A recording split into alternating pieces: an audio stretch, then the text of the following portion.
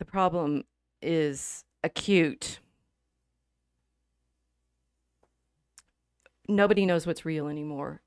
You can feel it on the internet that everyone is in crisis, and we're doing nothing but watching different stories play out, right?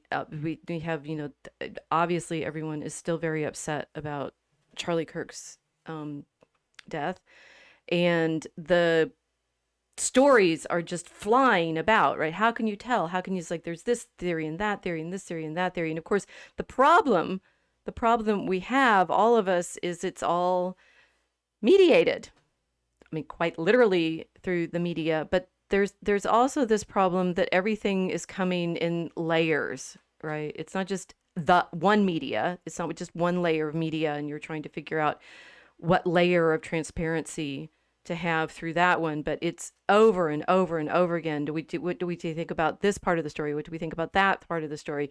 That, well, this part's a lie because the official story is all a lie, and that part's a lie because it's actually the counter oppositional official lie, and nobody knows what's going on, and everybody's going completely crazy, right? And what I've been noticing, which is very interesting in the way in which the internet is shimmering out there, there's a lot of spiders in my neighborhood right now. And I was thinking this is a more spidery season than I remember previous falls being. We've got a lot of cicadas, we've got a lot of spiders. And I was looking at a spider in the park today and thinking how you can't see the web.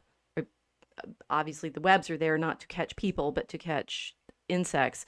But they catch people, they catch dogs, they catch all of us who walk through them. And there's the spider, which you can see if you focus on her, there in the middle of this shimmering connection going from one branch to another. And it's a marvelous image of the invisibility of our media and the feeling of threat there in the middle. There's going to be, we spend all of our time like bugs getting caught in these media nets and wondering when the spider is going to come eat us, and we're going to find out that we've been lied to. We've been lying to each other. We've embraced a nonsense narrative that now we're going to be either made fools of for or fired for. Who knows, right? It's a traumatic and terrifying time, and the great enemy would seem to be, in fact, tradition. It's the connections that everyone has out there, right? And it's like, well, I know how tradition works. If you say this one thing and then it connects to this other thing and then it goes back to this previous thing, and before you know it, you got the Illuminati are in control of the world. I know it's laughable, right? But I read it on a Substack. I read that in fact our as it were intellectual host for these conversations on the discarded image, Professor C.S. Lewis. I don't think he was a doctor. He was just a professor. Mr. Lewis was a member of some, but one, that he was a member of the Inklings, which makes him suspicious. Two, he was friends with Charles Williams, Charles Williams, which I grant does make him a little bit suspicious because Williams wrote things like the Greater Trumps, and I can't finish any of Williams' novels. Although one of my good friends in medieval studies insists that Williams' book on the descent of the dove, the Holy Spirit, is actually quite challenging and significant. But they're also friends. The Inklings also include Owen Barfield, who famously writes about poetic diction and mythology and the way language comes out of mythology becoming more real. And of course, their friend and my patron fantasist, I suppose, Professor Tolkien. They're all straight up, the Inklings, straight up Illuminati. I've read it on the internet now. And the thing is, the way people say things on the internet, they say them and they simply become true. Didn't you know that the only people that got into Oxford in the early 20th century were all members of the old family? So if Tolkien got into Oxford, he's clearly one of them. Never mind that he was orphaned, and his mother, having converted Catholicism, was thrown out by her family, and he was raised by the priest at the Birmingham Oratory and his guardian, Father Morgan, And, Oxford, even though, he's the Birmingham Oratory is carrying on the mission and the teaching of now St. John Henry Newman, in those days, it was still a bit suspicious to be Catholic. So, of course, that proves that Tolkien is one of the occult members of the Anglican Illuminati, going back to the Rosicrucians. And of course, there's always the Templars. And by the way, did you know John Dee?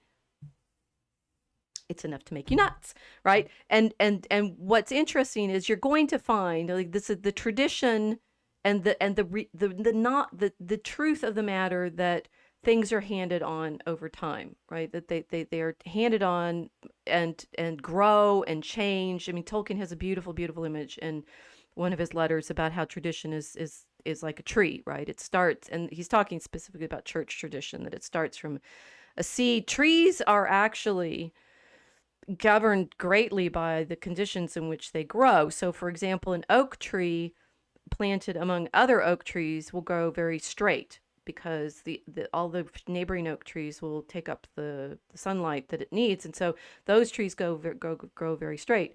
And you can use them to make certain kinds of ship masts, for example. But other oaks, if you let the oaks grow by themselves, clear cut, and then let the oaks grow, they grow up and more bendy and stuff, and they're useful for other things. And therefore, if you have the same seed, the same acorn, that then grows into these different kinds of trees, I suspect someone on the internet would now be screaming witchcraft rather than creation and environment and life, right? I think the main thing that I am sensing in the internet is this terror of the organic and the terror of the living. And it turns absolutely everything into not just a conspiracy theory, but a kind of, the spider web trap, right? And you're going to get trapped by these fakes. They're fake Christians. They're fake this. Most of it's usually fake. It's fake Christians, right? Because the primary tensions in the web of tradition, at least the ones that we're usually dealing with in the Mosaic Ark, are pagan versus Christian. So, I'm certain you've seen this over and over and over again, right? It's like what you thought was Christian is actually pagan, which is what these posts were saying about Lewis. And they might not, the one about Lewis, you might have a point, because Lewis was very, very attracted to this late 19th, early 20th century argument that Jungians and Fraserians and Petersonians love, that there's, one great story. Joseph Campbell makes the very famous in the Hero of the Thousand Faces. And Christ is, is in Lewis's version, the realization of that one true great myth. And for Lewis, that convinced him that Christ had to be true because he was the real version of the myth. Now, Tolkien did not talk about myth or fairy stories or history in any of those terms. It's amazing that they stayed friends as long as they did. But hey, we stay friends with people that we disagree with. And maybe just because I'm friends with, one person doesn't mean I hold all of his ideas or that I agree with most of them. We can be friends and have disagreements over our mugs of beer, right? So the pagan and Christian one plays out. It's complicated. Christian and Jew. We have been worrying, and we've worried about that on the Mosaic Ark, about the locution Judeo-Christian and what it means and whether it's a reality, when, of course, the primary significant element in the relationship between the two of Judaism in relation to Christianity is Judaism does not accept Jesus Christ as the Messiah. So there's no Christianity in it, right? Christians obviously see Jesus as fulfilling the scriptures of the Old Testament, and therefore there is a relationship. But disentangling, just as disentangling pagan from Christian, disentangling Christian from Jewish, is a interesting problem, because they grew together in so many different ways. I keep going Catholic versus Protestant. A lot of what I see when people are anxious and angry and, desperate to prove that you're not a true Christian is, of course, you're in the Catholic versus Protestant divide. And then the one we swim in constantly is, and the one that I took on as my professional problem, is the medieval versus modern. That the things that you think are modern are defined against this phantom that we call the medieval, which is, of course, what Lewis was worried about in setting up his study in the discarded image. What do we do with a world whose view we no longer share? Well, all of these, talk about spider webs, right? All of these are constantly in play. Christian versus pagan, the Christian versus Jew, the Catholic versus Protestant, the medieval versus modern, and probably several others, but these are the ones that I'm most conscious of right now. What we have been trying to do, and this is the most like monologue-y I've been in our videos, but it's a good time to do this, right? I need to monologue for you for a little bit to say what we've been doing in the Mosaic Ark. What we're trying to do in these conversations is track this tradition and show the way its layers are working to mediate our understanding constantly. And the thing is, if you study this tradition deeply, instead of just, I promise you, friends sent me the C.S. Lewis is an occultist, and I read it, and we could talk about that. We could go through it. It's got layers, obviously. But what I see when people do those sorts of things, like saying, Tolkien must have been an occultist because he got into Oxford, right? That you're drawing the wrong connections. You're assuming certain kinds of relationships that aren't there. You're believing in phantoms that the tradition itself has thrown up. A lot of stuff comes out in the 17th, 18th, 19th centuries. We're working with that in our poetry and we're thinking about it. But much of what we now think of as modern, for example, you will learn, and this is what we're going to be showing you tonight, particularly in our discussion of the Somnium Scipionis. Much of what you think of as modern is actually often ancient. What you often think of as science is actually often alchemy. What you think of mythical is almost always, people's sense of what myth is completely modern and totally invented in the 19th century. It has no reference in the previous tradition, and yet it's been projected onto the Middle Ages like a Mark Twain satire, right? The main thing I would caution everybody about is to resist the temptation to go around screaming like one of the pod people, right? He's one of them, right? And that's, I got Casey laughing in the background on that one, right? That feels to me like what's happening on the internet all the time. You have nothing but people screaming and pointing.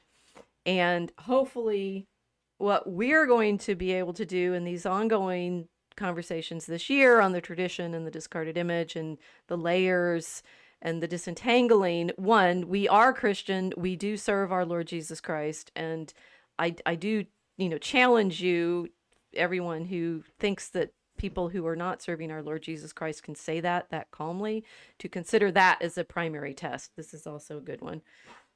My husband is now making comments in the background, so we will just ignore him. Things to think about that we're going to touch on tonight, which include a variety of things: dream visions, glow birth, souls, pagan or modern, Christian or science. It's time now to take the dive. Welcome to the Mosaic Ark.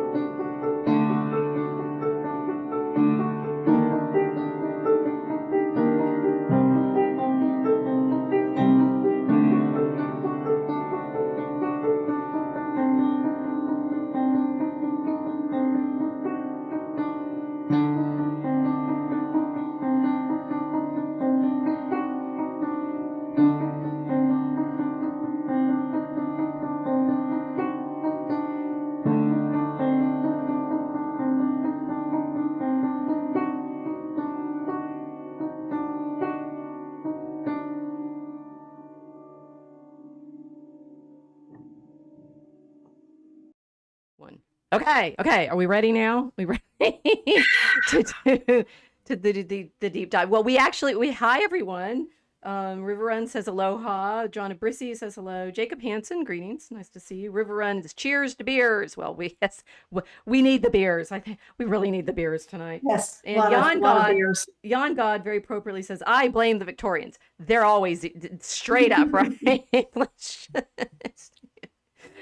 We can go there. So the thing is, I think it's funny when we get to the middle of things, you can tell when you're in the middle of a journey of some sort. And we're of course in the middle of the composition of Draco Alchemicus, and all sorts of things that weren't clear to us when we started are much easier to spot. Oh, what a tangled web we weave. Oh, we do. But we can say from the I don't know, the textile mill of Draco Alchemicus, that writing out the poetry and paying attention to all the stuff that's going on as we write is helping us clarify what's going on.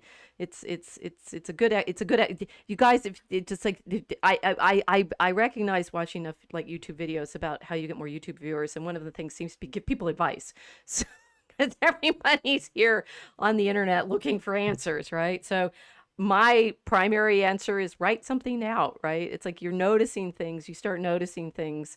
If you start writing it down, it helps you keep from going nuts. There, that's my lesson for the evening. Yeah, journaling is good. But if you're a writer of fiction, there's so many inspirations out there, especially these days. All the time. And the thing is, I don't really mean journaling, because so journaling is one kind of writing, which I've done like the free writing with the artist way, where you sort of free associate, write out, and it's very clarifying if you're trying to like let go of your censor on things. But this I mean like the kind of things that we do in order to write our stanzas, right? Which is take notes, right, and then art, create them into an actual structure, which then you have to, the structure itself is your guarantee of not going completely nuts, because you have to, it's got a reality that you have to balance against. It's being on firm ground instead of floating around in your ideas. Just you have to land on one of them. You have to land on some solid ground. Right. I've been like trawling the YouTube videos this past week, as everyone has been, and I did find a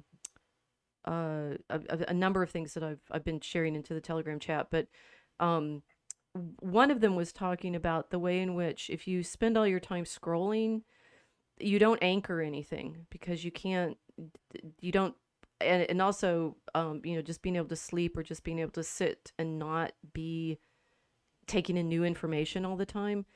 Dreaming, which is part of our theme tonight, but dreaming is incredibly important, as everyone knows who's been sleep deprived, for like you need it for memory building. If you don't sleep and let yourself dream, even if you don't remember the dreams, your brain breaks down. Yeah. Inside Out did a really good job of illustrating that in that movie, because every night while the main character slept, these little creatures would run around her brain, sweeping all the excess memories, excess input. They just sweep them out if they didn't matter, and they would categorize the different memories and emotions. Yeah, but your brain does work very much like that. I think the dreams definitely do. I was talking with my husband out Inside Out yesterday, because I was the little red one. Oh yeah. It's like Inside Out is an interesting movie, because I think in a lot of ways they did dramatize that feeling of self in very interesting ways. There were other things I remember that I was worried about with it, but that sense of, I like that, that sense of, if you don't let yourself have that dream time, everything just stays unmemorable. You can't, that's what the people are responding to being on the internet now, is that there's no structure in anything that they encounter, and so they're like terrified constantly. because then Yeah, nothing connects to anything else.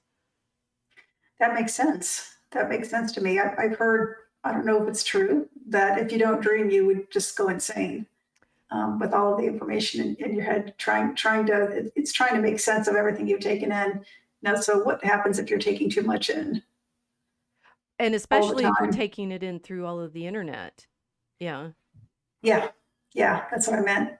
The scrolling, the constant scrolling. So, And so your mind can River barely. Run is saying, great quality tonight. Love Casey's snowball.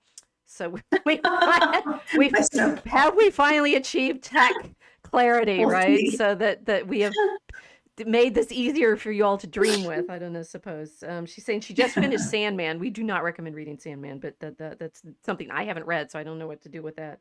Um, she said, dreams likewise, death make life worth living and meaningful. Well, there's some way in which all of this has to connect together, right? And that we know. Um, so the ancients had, as we are talking about a dream tonight, different ideas of what the significance of dreams were, and in fact, one of the things that comes out of the text, which I'm not going to tell you yet what it is, um, but that if we're talking about dreams, and I do think this matters because I think a lot of people, I was not until this past week actively worried about spending quite so much time on the internet, scrolling around, because I was seeing it as deludely, maybe I was deluding myself, right? But seeing it as a way of collecting materials for us, right? It's like, oh, I need, story tells self. I need to be on the internet, scrolling around in the different Telegram channels and checking out X and seeing what people are saying on Facebook and dipping. I only dip into Gab every so often. I'm not really they're very present on that one. Dip in here, dip in there. I need to be collecting all these things because I'm the spider sitting in the middle of all of it. Um, but I had been noticing over the last, I mean, I guess since we've been writing, but it's also the problem of the post-COVID intensity of everybody's engagement online, Mm, that I can't remember stuff.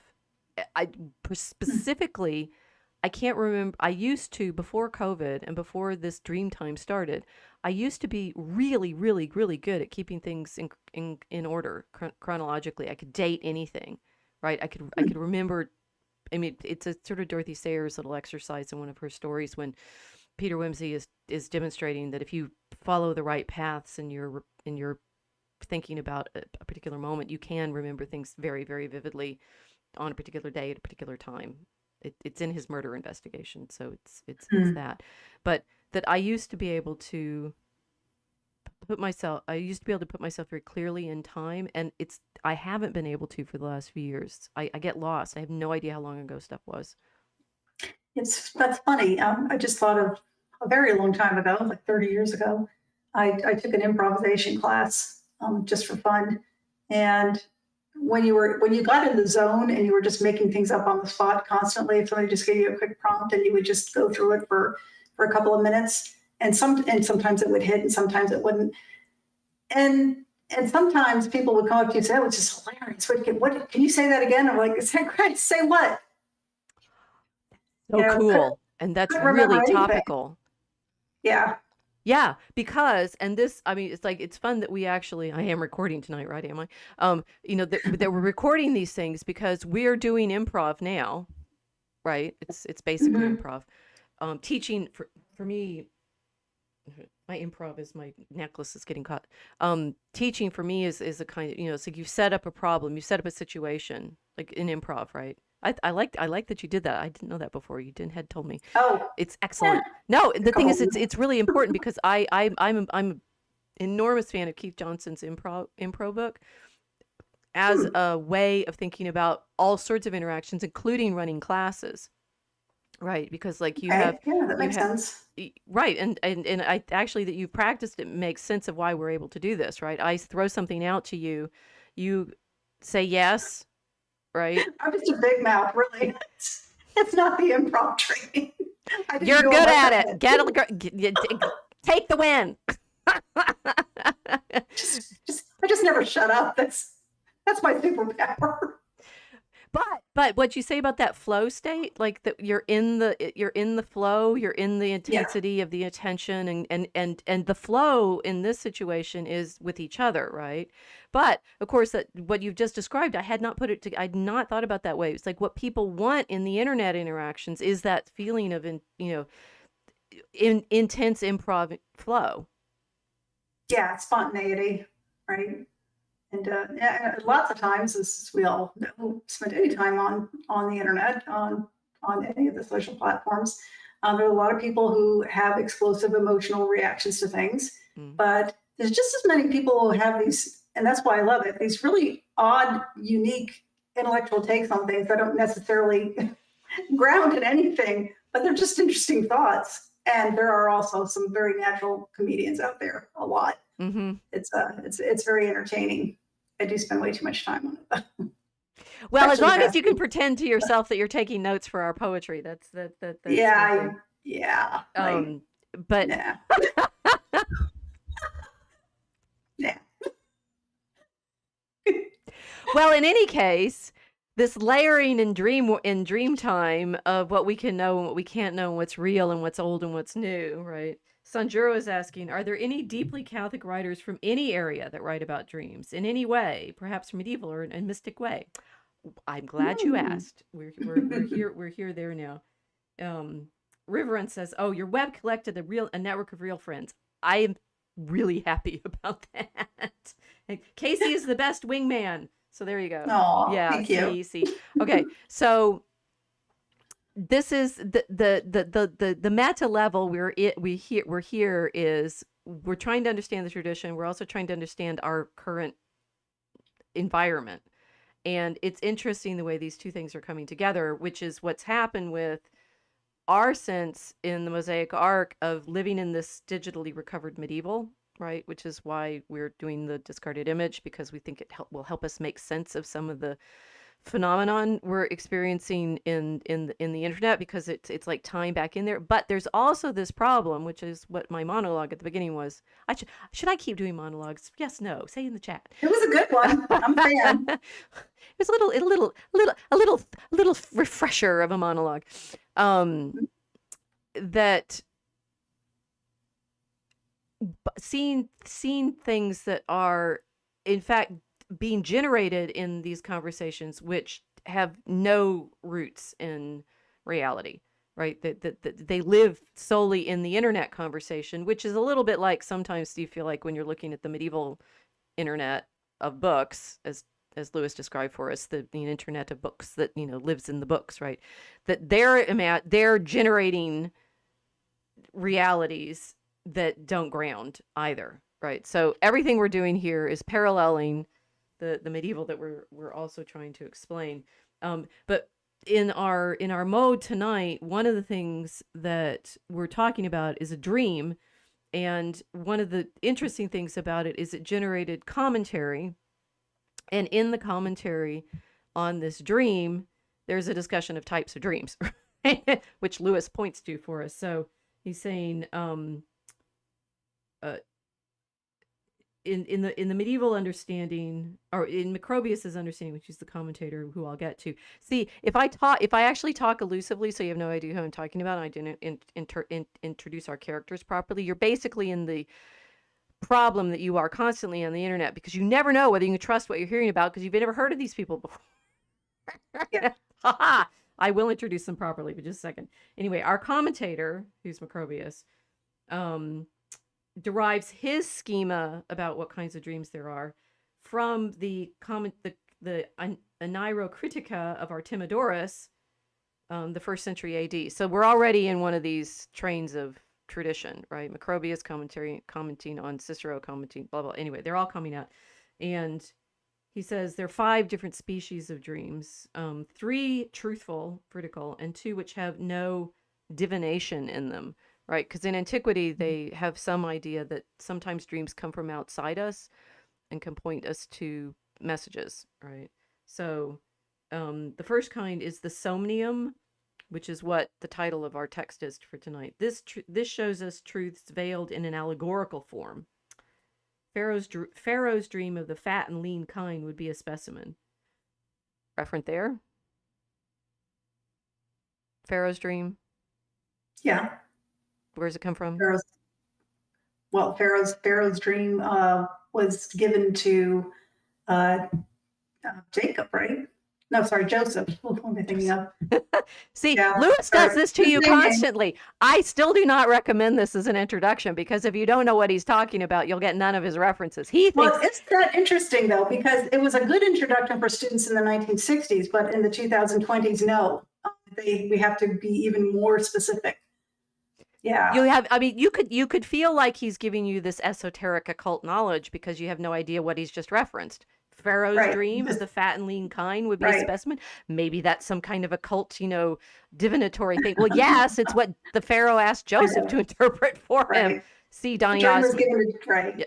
Exactly. The dream was given to Pharaoh by God so that Joseph could interpret it Okay, for so is him. dream interpretation pagan or Christian?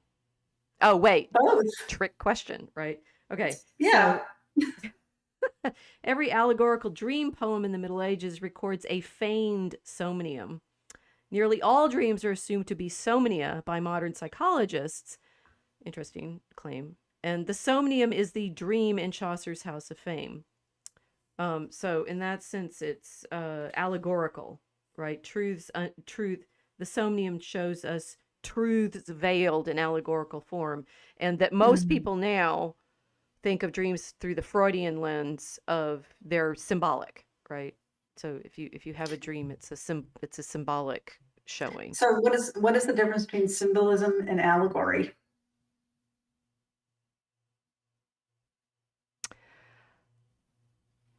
Oh dear, you did it.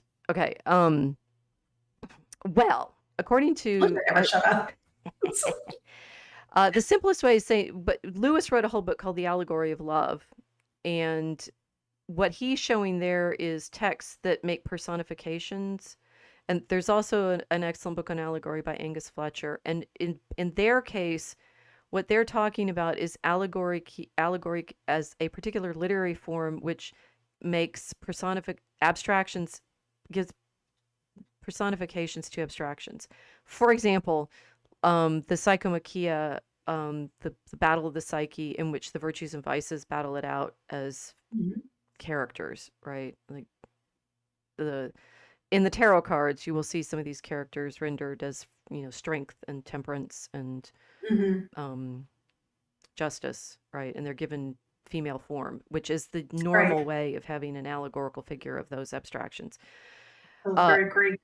and Tolkien says he cordially disliked allegory in all its foreign, much preferred history, true or feigned. Right? It's like, what do you mean? How can history be true or feigned? He mainly means just he likes stories and not having characters that have that personification quality. So Okay. we don't say that any of the characters in The Lord of the Rings, for example, are an allegory of Christ, because none of those characters are meant to be personifications of Christ or of any particular virtues or something like that. They're their own characters who Mhm. have traits that, and some of them they may be driven more by a virtue or a vice or mercy, pity, things like that. But there's no character that plays that role. Whereas, for example, in the Narnia stories, Aslan does seem to be an allegorical representation of Christ. Yeah, super obvious. Yeah. Symbolism in that sense it's an old term for allegory, symbolane, throwing together. But in the 19th and early 20th centuries, it takes on the character that most people have it now, that symbols have this more Jungian, they're not archetypes, but they have this more, and I get this from Henry Adams when he's talking in the Education of Henry Adams, talking about the Virgin and the dynamo, and he talks about the Virgin as symbol, um, and saying, as woman, she has force, she has driving. That in the late 19th, early 20th century, there's a symbolist movement that makes symbol into something that is more of a mystical agent, I think. And medieval allegory never had that character. They don't think of allegories of justice as symbols in that sense. So they're different. You want the next layer? Yes, please. You better say yes. No, then that blocks the improv. Okay, so the problem is that in scriptural commentary, there's a historical mode, which is what the text actually says, but it could also be the story. So there's the allegory, the history. The allegory can show things like the truth of Christ, and in reading the Psalms, for example, you can say historically they're written by David, allegorically they show the relationship between Christ and the church, and yet, as I'm working on this paper on Francis still, in truth, the Psalms are also read as the voice of Christ, which is how Francis uses them, for example, in the description of what happens on the cross. Because you have Psalm 21 or Psalm 68 being the thing that Jesus, as Christ, actually said from the cross. And a lot of iconography comes out of that in the later Middle Ages. So these are complicated realities that we can activate with language, right? And I think a lot with my monologuing about whether or not Lewis and company are occultists, one of the things that makes all this difficult is they're literary critics writing in the early 20th century who are fascinated with this power of language and what it means. And they've got a variety of things that they're doing, both in their friend Owen Barfield, thinking about sort of the origin of Tolkien and Barfield are very interested in the origin of language and where it comes out of and how it comes out of our experience. And when Barfield talks, for example, about how, back at the beginning of things, the word spiritus meant both spirit and breath and wind. And they only become metaphorical later when language becomes more abstract and such, but back in the day it was actually all really concrete. And so when Tolkien names his god of or his being, his Vala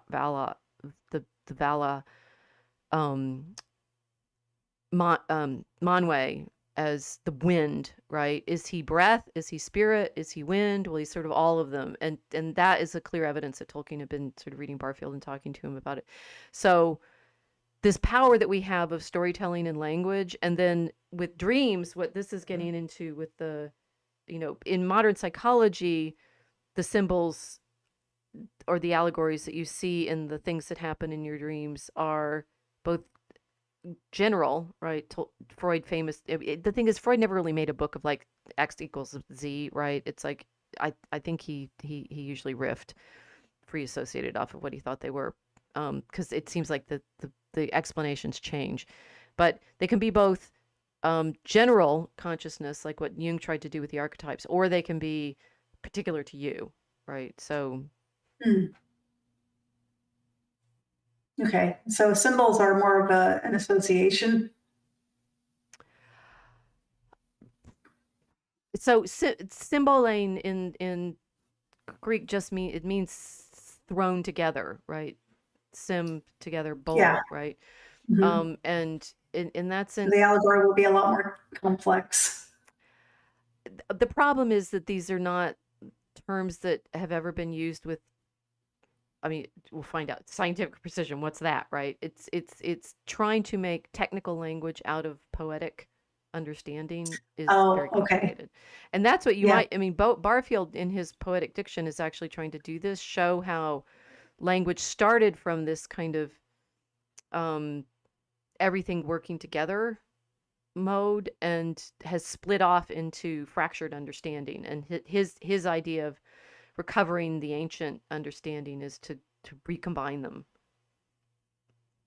Okay. Now, it's perfectly possible for people to start thinking that sounds like making magic spells, but then you are thinking in terms of language as having what kind of power does language actually have, which is, of course, one of the big debates we're having right now, right? Yeah, it has a lot of power for evil, for sure. And how, right? It's like exactly what kind of evil comes out of a spoken phrase. People imagine it, they want it to be like Harry Potter, defense against the dark arts spells, right? It's like I say this thing and it happens.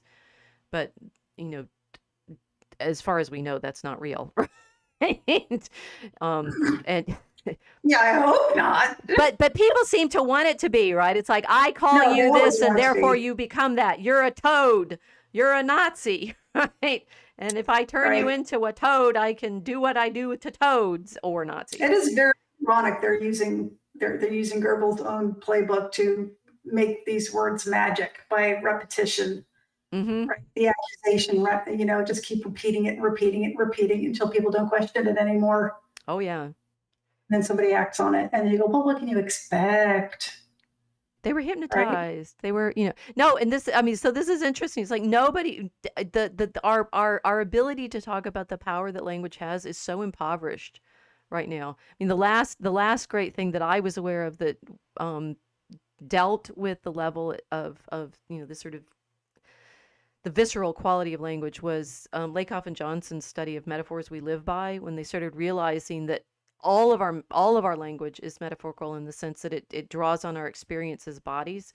So Mm. things like our movement in space and our experience of being a container, right? You can eat and things go in, things come out.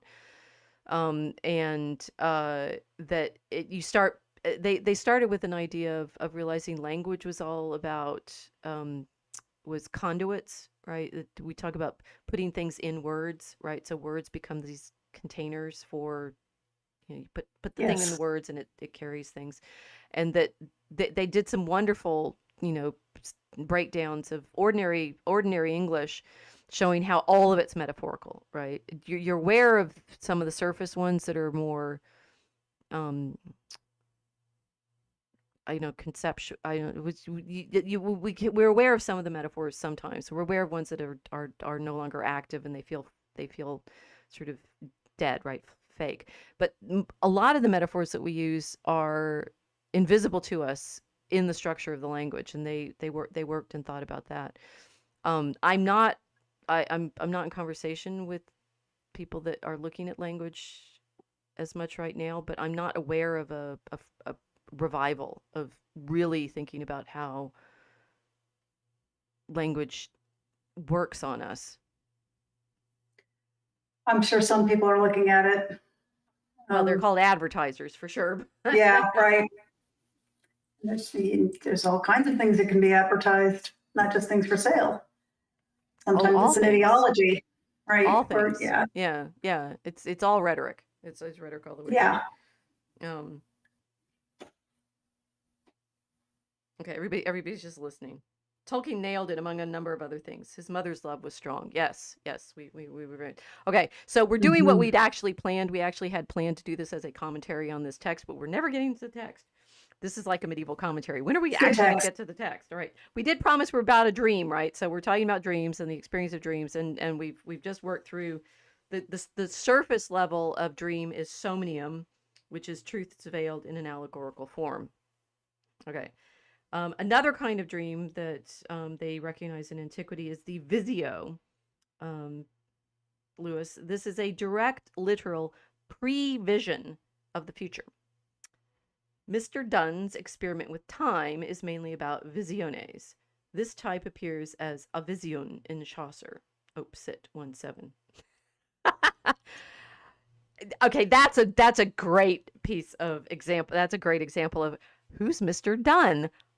Lewis doesn't tell you because these are his lecture notes. He knows who Mr. Dunn is. He and Huh. Tolkien all knew who Mr. Dunn is, and there's some very interesting um, insights into what Tolkien does with dreams in The Lord of the Rings that Verlyn Flieger shows in her oh golly, it's Done is the Experiment with Time. What's her book called? I talk about it in some of the Forge of Tolkien videos where Dunn was whether he's a mystic or an engineer, he claimed to be an engineer, and he claimed to have been doing these experiments with predictive dreams. And I mean, like that he prevision, right? That he would Mhm. see something in a dream and then it would happen, right? What So year was he writing? like in the 30s. Okay, Yeah. it's right on schedule from what happened in the 20th century, especially with the Soviets. But anyway, How so? oh, they experimented with that kind of stuff all the time, with the precognition and yeah. Right, yeah. And Dunn's book was, I mean, so you can see things in Lord of the Rings where um they have dreams, particularly in Tom Bombadil's house, and the hobbits all dream different things. Frodo seems to have a dream that he sees Gandalf walking about on a tower, and if you do the tracking to figure out what exactly chronologically is happening with the different characters, you realize he's able to see he's able to see Gandalf before it happens. I've forgotten exactly what the temporality is, but um, they were very interested in this idea that Dunn presented as a scientific experiment, right? It's got charts and diagrams and everything, that it's a kind of exercise in expanding your attention. And they mean it, I mean, they mean it sci-fi level. They don't mean it like occult, magic level. They mean it, this is this technical experiment thing that you can do. What's the difference? Sci-fi and occult. What is the difference? They were both speculating on what was possible. Right? I think it's all alchemy. Well, no, I mean, this is what's the difference between the sci-fi, the sci-fi and the occult? Well, indeed, right? It's like it's interesting that some people, oh, well, if it's science, that's dealing with reality, right? That's hard, real stuff, right? That's the science stuff. Whereas the occult stuff, oh, that's the nonsense. But oh, right, but you may actually it's totally nonsense, but you may actually also get demons, which aren't scientific, right? Putting things in the right baskets for your care, your this is good, this is bad. This is simply science and experimentally proven. This is mystical woo-woo and we won't touch it with a 10-foot pole. Guess what? You're going to have a hard time finding the line that passes through the human heart on that one. Because literally everybody that you've ever heard of that dabbled in either of those was both. I stand by that. I bet.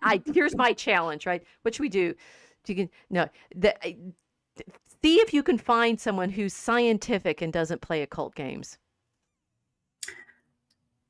What is an occult game? Well, this kind of thing: action at a distance, the ether, gravity, absolute space, time. No, it's exactly this. My little monologue was actually, it's like this deciding what counts as pagan and what counts as Christian, what counts as Jewish, right? There's all this stuff out there now. The Kabbalah is this, that, and the other, and yeah, right. Okay, so the occult and the scientific are treacherously difficult to disentangle, and of course, all the guys that are doing quantum physics now. I just saw my alumni mag had a big, a picture of a giant engine that they're going to build to, study particles. And it's like, particles? What do you mean particles? You're going to study some reaction that you think proves that there's a particle out there. Give me a break. Wizards. Wizards. You're wizards, to the lot of you. Okay. Found the God particle already. Well, anyway, the Mr. Dunn's experiment with time is an interesting example of this problem, because if you read, you can get the book out there. It's out there in Hathi Trust or whatever, and I've talked about it in several of at least one of my Forge of Tolkien's. The guys reading it in Oxford in the 30s were really interested in it because they felt it was like technical proof of this prevision. And Lewis sits here and just says, Mr. Dunn's experiment with time, direct literal prevision of the future, seeing the future. Okay, number 3, oraculum. In this, one of the dreamer's parents or some other grave and venerable person appears and openly declares the future or gives advice. Such dreams are Chaucer's oracles. So the Somnium that we're going to talk about tonight has characters of all 3 of these, interestingly, in the sense that it's meant to be scientific, but also in one of the characters in it is talking to another character who's meant to be seen his dead relative, right? So whether it's like and there's a prediction of the future too. So we could have all of these. So apparently these you can distinguish them, but they also have overlaps. And then, according to the ancients, the useless kinds of dreams are insomnium. So insomnia. This merely repeats working preoccupations. The carter dreameth how his carts go, as Chaucer says. So apparently, I guess a lot of our dreams would be just insomnia, because you're fretting about stuff, and there's no Yeah. truth in it. It's just anxiety. Well, it's truth about your anxiety, Right. or proof of it. Okay. John Abrisi says, okay, I get the theme of today's chat now. I said it was dreaming in the title. Interesting. Perhaps it links to my edition of Jack Bushman's short stories. Here's an excerpt. Okay, John, you're going to have to like make proper comments on the recording, because I think these don't stick around. A regular literary device used by Jack Bushman is the dream vision or dream allegory. Yeah, and it's coming straight out of this long tradition, for sure. First developed in the Middle Ages and resurrected during the Romantic era. Well, the thing is, it's used in the Middle Ages because of the text that we're eventually going to get to here. If you Yeah, it stick goes with way us. back. Yeah, but it goes to this. It's in the Middle Ages. It's very much because of this text, the Somnium Scipionis. And that's what Lewis is in effect doing when he's saying Chaucer does this, Chaucer does this, Chaucer does this, right? It's like it's one of those, everybody knows this text, and so if you're going to find themes that keep coming up in medieval literature, this is part of the discarded image point, that it's so ground into their imagination. It just it's like it's everywhere, and this dream thing is one of them. So insomnia, and then the fifth kind and the second kind that's useless is visum. This occurs when not yet fully asleep and believing ourselves to be still awake, we see shapes rushing towards us or flitting hither and thither. So I guess hallucinations. That is a thing. It has a different name than hallucination. I just watched something about that, but yeah, that's a phenomena. That's a half dream, half sleep state phenomena that some people experience. Yeah, they're very Yeah. frightening as far as I hear. And Yes. he says epialtes or nightmares included in this class. So they're terrifying. I mean, I've had them mild ones that weren't terrifying. They were just a little bit scary. But the ones that were used as the examples in the video I was watching was, yeah, like you're paralyzed and there's somebody in the room with you. I mean, that's terrifying. I don't even know how you get over that. Probably need a prescription for something. But yeah, I've had a few like that, right? That you think you're awake, but you can't move. I've gotten up, jumped up out of my bed, flipped on the light, looking for the spider that was descending from my ceiling directly on top of me. Of course, was there, right? But it took me a couple of minutes to fully wake up and realize that I dreamt it, because I'd opened my eyes and seen it. Wow. So okay. So that's this one. Yeah. That's all right. So what we're the phenomenon the phenomenon is complicated. Clearly our dreams are complicated. We've said we need to have them, otherwise we go nuts. And yet relying on them too much is treacherous, because they could be misleading, which is an interesting problem. So here we are dreaming the internet, right? Now, any questions? That's part one of tonight's discussion, is the phenomenon of dreams and how they match into our problem of how can we get accurate knowledge anymore? Right? Where do we get truth? And because the truth is layered into our experience with, in fact, tracing tradition.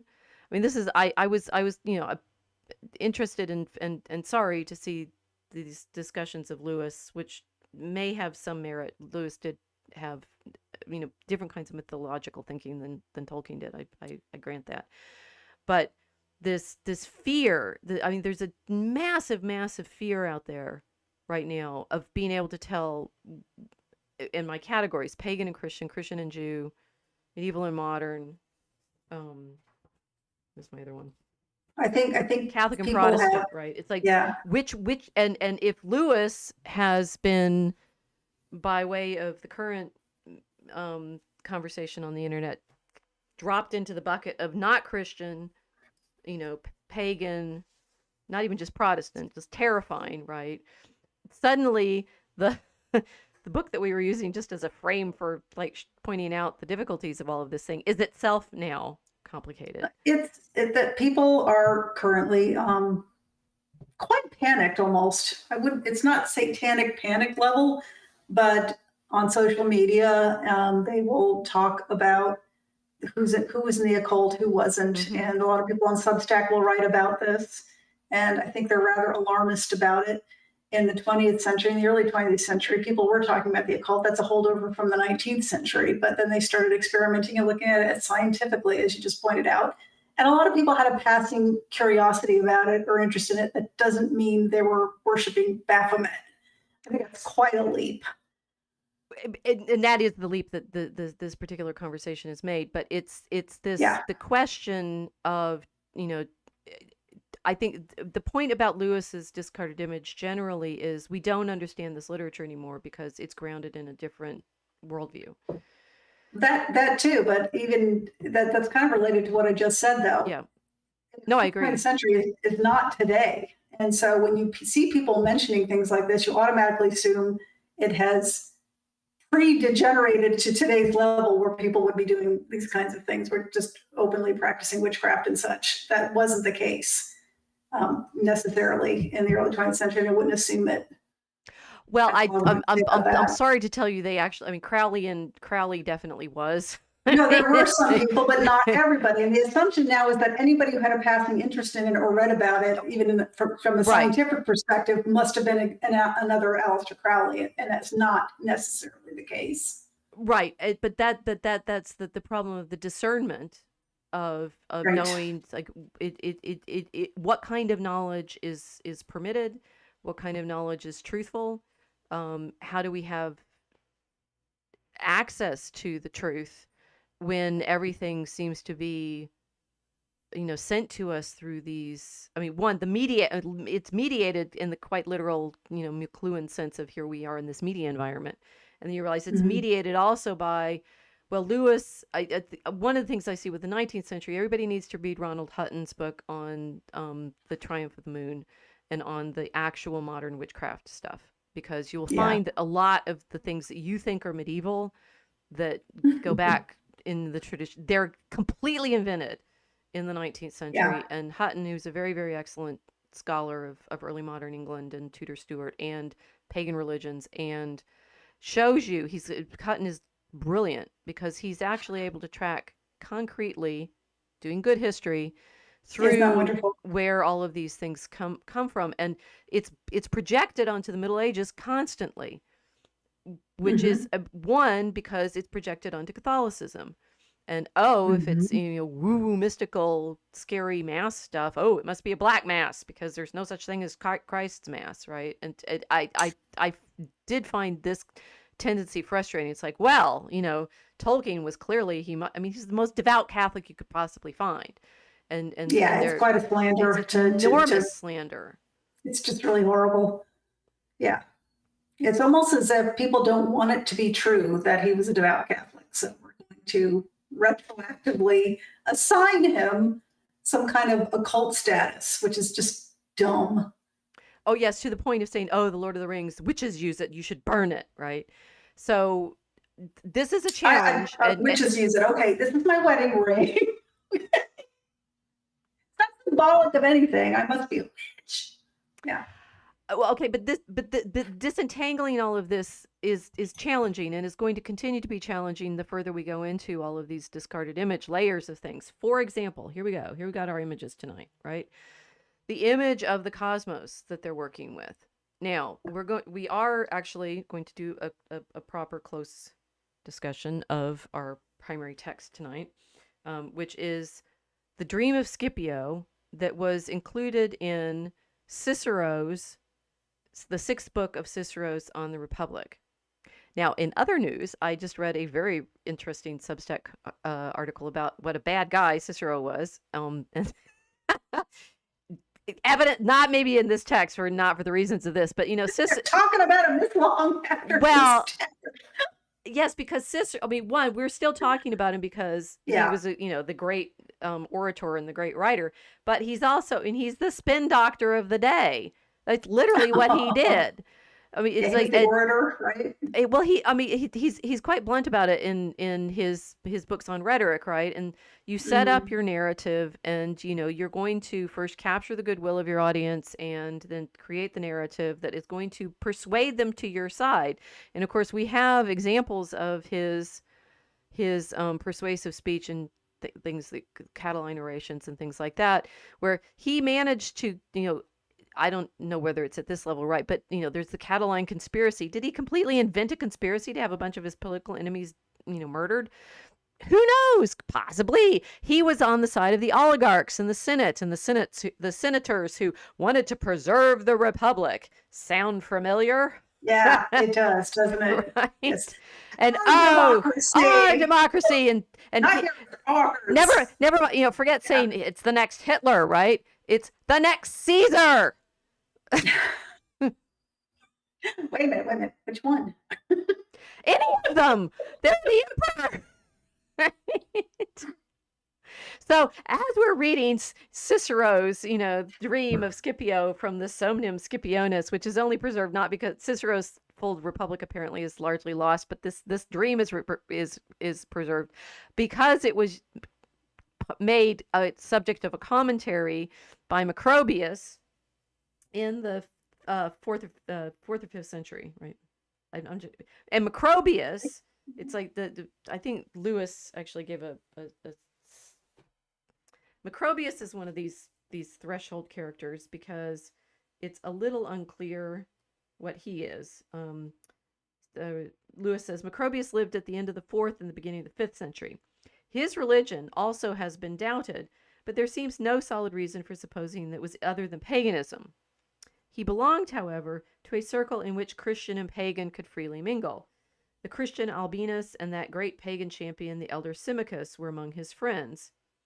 And what we have two of his works, one the Saturnalia, the other this commentary on the Somnium Scipionis, and it's because he did a commentary on this text from Cicero's Republic that we actually have the full text. Apparently Cicero's Republic doesn't survive, and that the Macrobius's commentary on the Dream of Scipio by Cicero was so popular in the Middle Ages that we have like at least 50 manuscripts of it, which is a lot. But what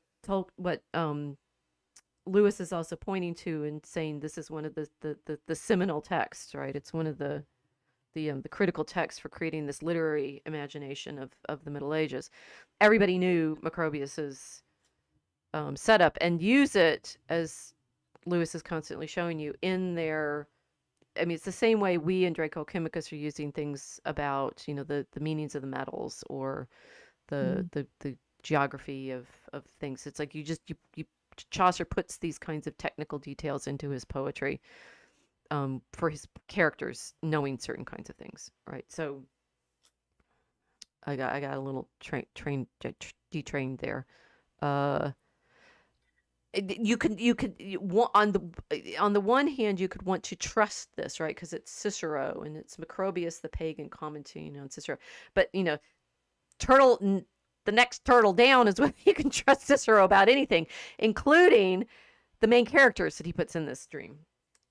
So it's interesting because it's the dream of Scipio, but the Scipio in this dream is, of course, the younger Publius Cornelius Scipio Africanus, the adopted grandson of the narrator of the dream, or the adopted grandson, grandfather. They're both named Publius Scipio Africanus. The older one is the one who conquered Hannibal, and the younger one is the one who talks to his grandfather in the dream. And they're called Africanus because, of course, they are the Scipios who are the great destroyers of Carthage, which may ring bells for some of those in this particular community of conspiracy hunters, right? Because these are the guys that made sure Carthage was destroyed and fought Caesar. Wait, well, Cicero did. I mean, they're so mad at Cicero when the senatorial party is overthrown that not only is he beheaded, not only do they cut his hands off, but they stick both on the rostrum in the forum, and yeah, there's one of the women, it was the I forget who's who. This is Octavian has Cicero killed, and this talk about political enemies, right? um, one of the women comes and like stabs him in the tongue, his head. He stabs her in the tongue, saying, Wow. "This is because of your speech." So, Mhm. if you guys, we should go back to Roman tradition. Think this through. Yeah. Yeah, it sounds an awful lot like British tradition too. Well, not British, English. Middle Ages, they would do similar things. Okay, that I don't know what you're thinking about. Well, as far as when someone, well, certain people, when they were executed, yeah, their head was displayed. Yes, famous Simon de Montfort is displayed in pieces after his revolt against Henry III. That's the Thomas most. More was also. Okay, right. Yeah. And so later was Cromwell, but they actually dug his corpse up and displayed him. But excellent point. Two of those are early modern, not medieval. Yeah. Yes. Anyway, we're in this kind of wild world of who are the main characters? Who are you going to side with? The dog is announcing. We're going to side with the dog. We always side with the dog. We always side with the dog. And recognizing that the reason we have this text, kiddo, please stop it. Drake, come here. Come. No, I know. Do you want to be on camera? You can't be. You're not tall enough. Mm-hmm.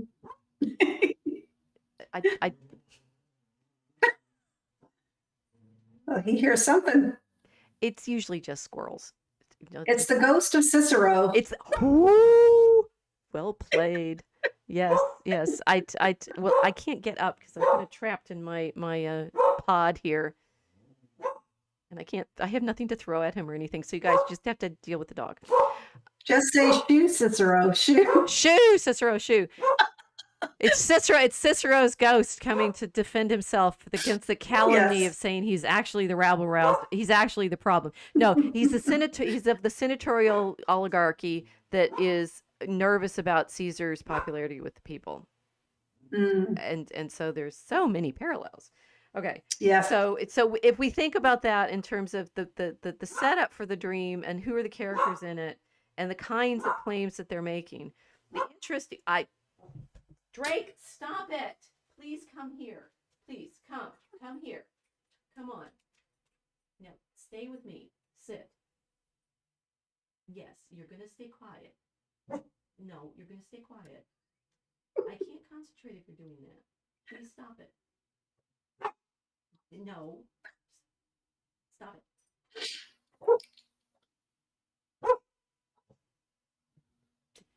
Excuse me. Take your time. I can't do anything. I'm trapped. Stop it. No, you don't need to go outside.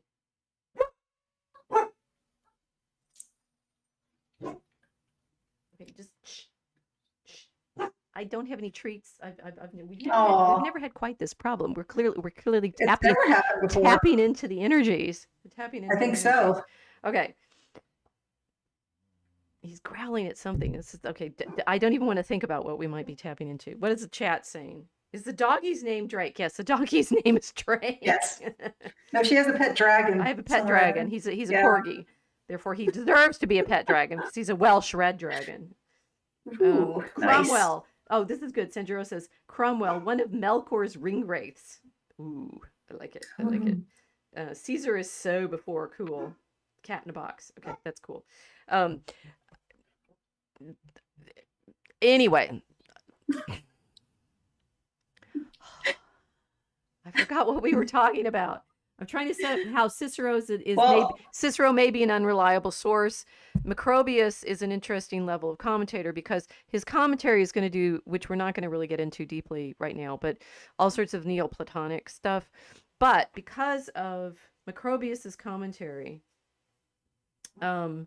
These topics are current, and this is quite a long list, but I think if you listen to it, you'll realize how much of the medieval imagination this one text is responsible for. So the following list of the more popular topics discussed in the commentary will make clear to anyone who has browsed in medieval literature why this work had such a wide appeal. This is the William Harris Stell's introduction to his translation. And this is the commentary of Macrobius on the Scipio, dream of Scipio. Okay, a classification of dreams, which we've demonstrated, right? And we could do, the thing is, we could do conversation on all of these. If you guys want us to talk through the commentary on the dream of Scipio, there's more material, right? The commentary looks way longer than the actual dream. Oh, yeah. Well, some of this is footnotes, but yeah. I mean, the dream is like 10 pages. Right, the dream is like 10 pages. The commentary is, in the translation, it goes from page 81 to 246. Wow. Right, so that's the commentary on the 10 pages of the dream. Isn't that amazing? Right. Okay, so classification. It's a really packed 10 pages, so I gotta say, I enjoyed reading it the several times I did. Happily, we may get to continue it next time. Although yes. everyone, next time we don't have a stream on Friday, it'll be 2 weeks from now. So anyway, okay, classification of dreams, for which we did, for example, but just in Lewis's summary of it, right? The attributes and abilities of the numbers of the sacred Pythagorean decad. Okay, so you get Pythagorean number theory out of this text. And one of the things is also to think of which of these things do you think of as pagan, which do you think of as Christian, which do you think as modern, which do you think of as ancient, which do you think of as, Catholic, which it's interesting, like certain kinds of things that you are convinced belong to one of those categories may confound you. A classification of the virtues. Philosophers' views on the boundary of the infernal realm of change and decay, and on the nature of the soul.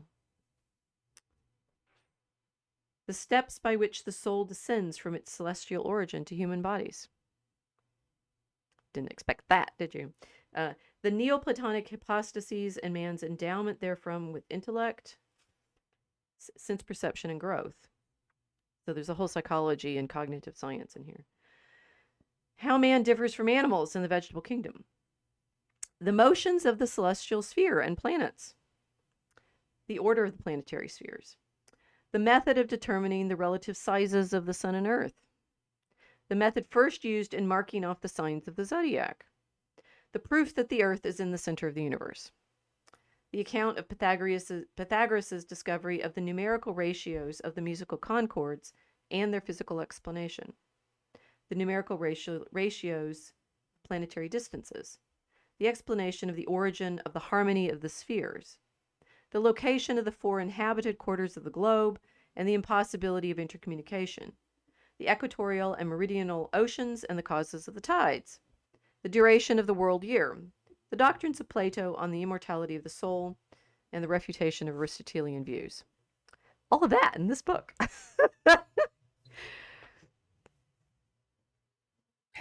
Packed, right? And the thing, it's about the soul, it's about the human person and our constitution, it's about the reality of what's changeable and what's permanent. The cosmology, mathematical design. It's mathematical, it's about music, it's everything, like one textbook, right? So it is. It's like that's everything, yeah, because everything else is related to those things. Well, because of the popularity of Macrobius's commentary on Scipio, on Cicero's text, they become associated, right? It's like you don't have a cosmology, a science of, like, here I'm showing you the image. This is from the Liber Floridus of Lambert of Saint-Omer from the 12th century. The Macrobian planetarium. And then the circles of the spheres, right? And then the next image I have is these zones, which is very important for arguing about whether or not you can get from the northern hemisphere to the southern hemisphere, because there's this band of fire between the two of them. Yes. But this both cosmology and geology, geography, is bound together in their imagination by this study, which is also bound up with music, and is bound up with number theory, and is bound up with psychology, and is bound up with, what else did I talk about? Um, uh, I mean, what with dreams, right? But the sort of our ability to reason and understand. It ends up, everything ends up in this commentary, and Right. that essential reality is what, just at surface level, I wanted us to show you with the talking about the discarded image, is saying in medieval understanding they relate everything to everything else. Right. It's And theology also is the undercurrent that flows through all of this too, I think, because it's about the origin of man and its destination. right. Yes. I mean, the immortality of the soul, right? Hmm. Some of these things I saw, someone on Twitter, one of the Catholic theologians who, I think Phaser, I don't remember who was saying it, but saying something like, people make this argument about, rights or something like that, and saying, and they make it as if it's a Christian argument, but it's actually Kant, right? That Hmm. there's varieties of arguments. For example, I've been thinking about this with natural law, right? And that, Hmm. bodies and organisms have their appropriate end. That's not Christian. That's Aristotle, right? It's Right. a telos. It's the final cause, and that you think of it as. I mean, it's traditional, but is it pagan or Christian? Well, disentangling from antiquity what counts as the Hellenistic world from what Jesus said, with just disentangling that from what the Hebrew religion had, disentangling the Hebrew religion from the Egyptian religion because I spent so much time there. It's Hmm. exactly, where are you going to draw your nice little border between, good metaphor. Here's a I don't know, this is not symbol. I like metaphors, right? Because they're grounded and embodied. The difference between the changeable and unchangeable, right? The celestial and the sublunary. All of this from, for example, the Chronicles of Narnia, because Tolkien, Lewis put this kind of thing into the stories. For example, in The Silver Chair, the kids go underground, and the witch tries to deceive them by telling them the lamp is actually the sun. The silver Hmm. is the metal of the moon, and the sublunary feeling of being as we are in the internet, deceived and changeable, and you can't tell what anything is true or not, and it's all, reflections and mystifications and changeability. That's one of the things that Macrobius's commentary talks about, of the realm which is not invented by Cicero. Cicero is simply straight up channeling the Greek philosophers. Um, that the medieval understanding has this conviction that the the world of change is below the orbit of the moon, which goes around the earth, and the Hmm. world of perfection is above it. And so when, for example, in the 17th century, they start training telescopes on the moon and see that it's got craters and apparent, you know, it's not perfect and smooth and things like that. And that they then find changeability in the planets. This disturbs a good deal of their sense of what's real, right? Where's the boundary between Shatters what their I worldview. go ahead? It shatters their worldview. Completely. Shattered it. Consider why everybody goes insane in the 17th century. It's like we've shattered our worldview by having this internet that suddenly, on the one hand, gives us information that we can't trust the source of, and on the other, makes all of us into amateur historians who are desperately Right. trying to make all of the connections between everything else and track the story down to the Templars. It always ends in the Templars. Right? Which is usually lies about the Templars, which you guys have convinced yourselves are true, because guess who wanted their money? Hmm. Okay. So Sanjuro says, "Hi, Drake." Well, he finally went away. Rachel is a corgi stan. I am. Sanjuro, it's all about the dimensions. Indeed, it is. Okay, we can get into the dream a bit now. Don't you guys love these long setups? You will remember this forever. If we do this properly. Okay.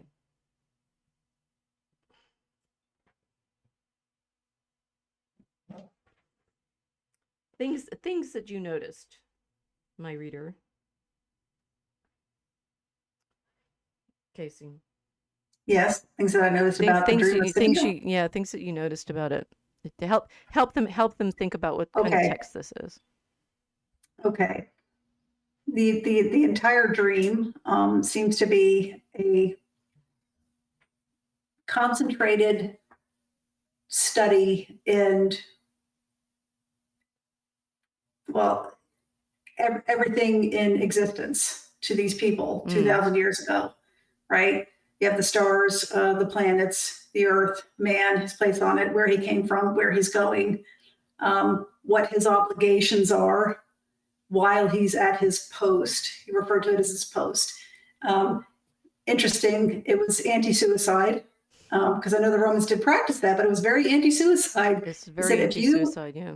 if you do this, because at one point, Africanus says, well, why don't I just go to you right now? You know, if the body is nothing, which is very Manichaean, if the body is nothing, why don't I just go to you right now? And he says, you can't do that. You're abandoning your post. God put you here for a reason.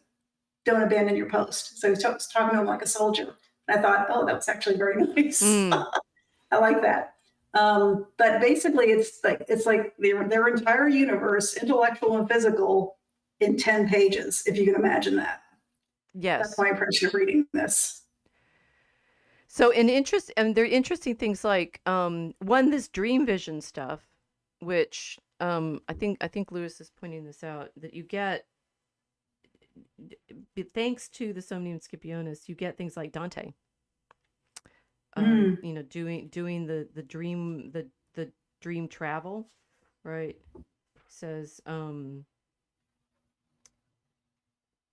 where did he yes, yeah, so Africanus Major carries Africanus Minor up to a height where he looks down on Carthage from an exalted place, bright and shining, filled with stars. So maybe we should say that, right? So yes, it's a layered conversation, right? It's in Cicero's conversation about the Republic, and it's right. There's also history in there too. I forgot to mention. Right, and there's so much in 10 pages. Well, so when I arrived in Africa in the consulship of Manius Manlius, so the narrator is in fact Scipio the Younger, who ends up in a conversation with the king there.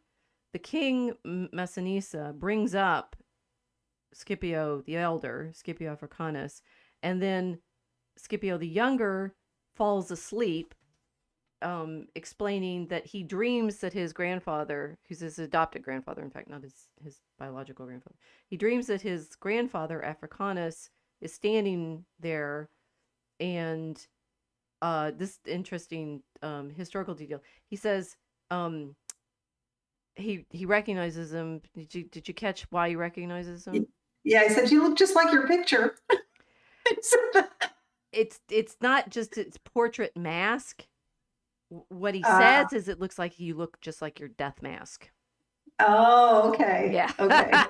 That's even creepier. Wow. But yeah, they did do that. They still did that until to the 19th century too. Well, so these senatorial Roman families, they'll have, you know, like galleries of these things.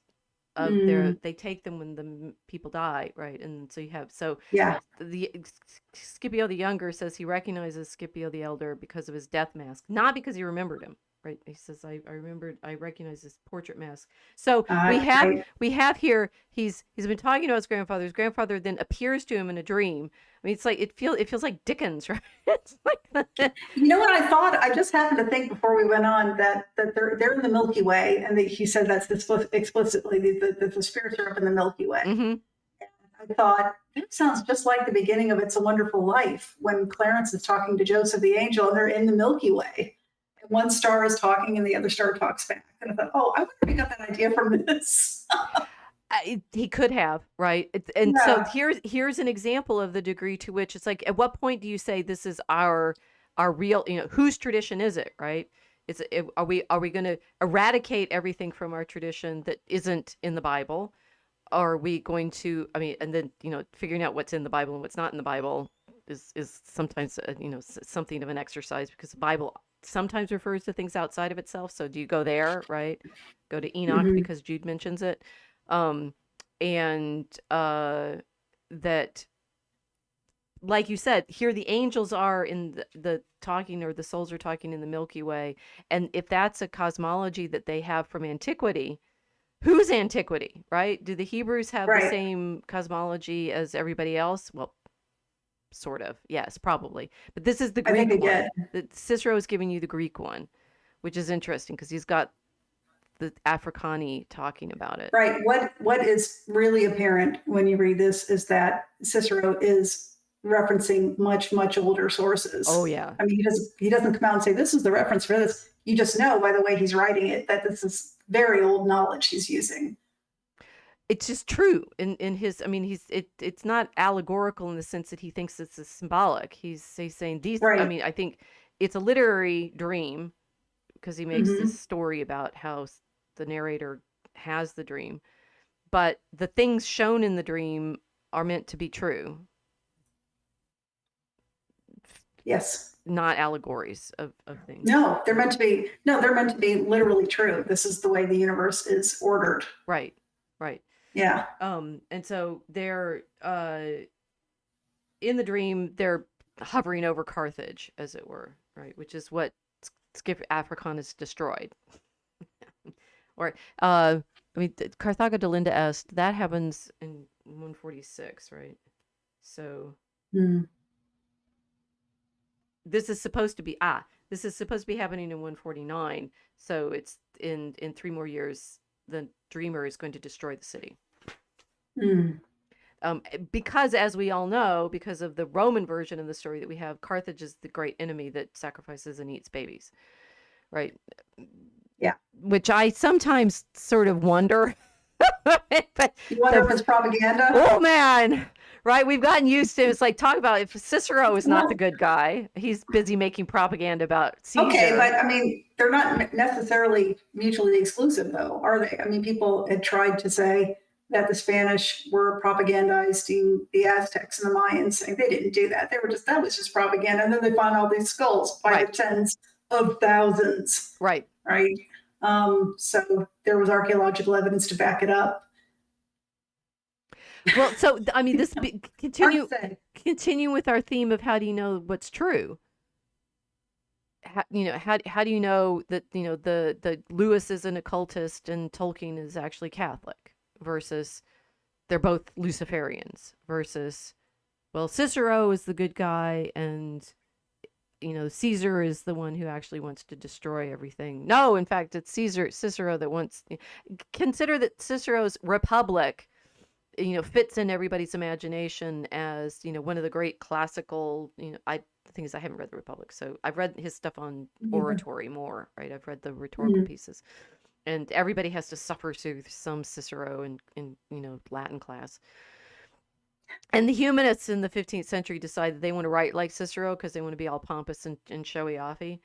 Um, I'm not a Opposite fan. showy offy. That's funny. I mean, Cicero, I don't even know if I have a love-hate with Cicero. Cicero also gives us the 5-paragraph essay. So your mileage may vary on whether you are a fan of, our background narrator here. But Mm. but the thing is, this is relevant because what Africanus is telling the younger Cicero is about how he's going to destroy the city, right? So Yeah. here, to storm it, you have now come, ranking not much higher than a private soldier. 2 years hence, as consul, you will conquer it, thus winning for yourself the cognomen Africanus, which until now you have had as inheritance from me, right? So you'll earn your name, your real name. After destroying, and he goes on to talk about, after destroying Carthage, you'll have this glittering career, right? Mm. Uh, so it's meant to be predictive for the dreamer, and then also situate him in the fullness of the cosmos. So was this written before Carthage was destroyed? No, Is this it's okay? written like 100 years after it's been destroyed. Okay, because the way you described Cicero, I was wondering if it was just propaganda that he wrote for a campaign against Carthage, but no. Okay. No, Carthage is gone by now. Yeah. And so I this is, if it, I'm projecting now just on the basis of the likely argument that's in the Republic, which I think we have to do kind of, because I think we lost a lot of the text. We got this dream because of Macrobius. Mm. That Cicero, being the defender of the Republic, is clearly, and if this is in book 6, it's, the sort of culmination of everything, showing the way in which indeed the Republic that he's been sketching for you fits in the structure of reality in the cosmos and is appropriate and true, because here's Africanus being shown its virtue through this dream that he has. Yeah. Yes, Sanjuro is saying the Black Legend is real. Yes, and there are Black Legends everywhere. Yeah, they're throughout time. Yes. This is the problem. It's like you're constantly potentially caught on one side of half of a conversation, and you don't understand why you're getting the villain depicted in the way that you are. And the thing is, what Casey's saying is true. There are real villains. Just because there's a Black Legend doesn't mean that there weren't villains. But which one? Mm-hmm. John is saying, isn't it all just a Rorschach test? We put a Rorschach test in Act 1 of Draco Kim. Well, 2 points in this problem. Dreams can be a Rorschach test for sure. Yeah. Well, the symbols you have in your dreams. What the old elder Africanus wants to tell the younger Africanus, who's about to destroy Carthage, is that this, if you behave virtuously and act heroically, you'll get to be a star, like literally. Right? You're gonna be a star, baby. Yeah, straight up Disney, right? So, but that you may be more, that you may be more zealous in safeguarding the Commonwealth, Scipio. Be persuaded of this: all those who have saved, aided, or enlarged the Commonwealth have a definite place marked off in the heavens, where they may enjoy a blessed existence forever. Nothing that occurs on earth, indeed, is more gratifying to that supreme God who rules the whole universe than the establishment of associations and federations of men bound together by principles of justice, which are called commonwealths. The governors and protectors of these proceed from here and return hither after death. There's the propaganda. Yes. The state is all hail the state. Ooh, yeah. And God. But you're a god. Your soul is eternal. That's what he said. Well, indeed. Okay, so we have so it does that. If I just read that out, imagine you're in 18th century Philadelphia, and you read this passage. We will read it again, right? Because, well, they all love Cicero in the 18th century, right? All those who have saved, aided, or enlarged the Commonwealth have a definite place marked off in the heavens, where they may enjoy a blessed existence forever. Fathers of the country, right? Nothing that occurs on earth, indeed, is more gratifying to that supreme God who rules the whole universe than the establishment of associations and federations of men bound together by principles of justice, which are called commonwealths. I think that means republics. It's a translation of republic. Mm-hmm. The governors and protectors of these proceed from here and return hither after death. So they proceed from the Milky Way and then go back up. I just want to point out that Virginia is not a state. Virginia is a commonwealth. Oh, indeed. Well, a commonwealth is it's an English word that they use a lot in the 16th and 17th centuries, but the Ciceronian element behind a lot of the theorizing about they were neoclassicists that built that founded the country. Yeah. You could see it in the architecture, kind of a language. It's a dead giveaway, yes, as is Lincoln's memorial, which is just way over the top. Sorry, it just is. Well, but it fits absolutely in this vision, right? So yes, if you say Christian rulership, because we're talking about God, right? Aren't we talking about God? Are we talking? God here, God who rules the whole universe, says that states should be well governed. We're in a little bit of dangerous territory here, Christian nationalists.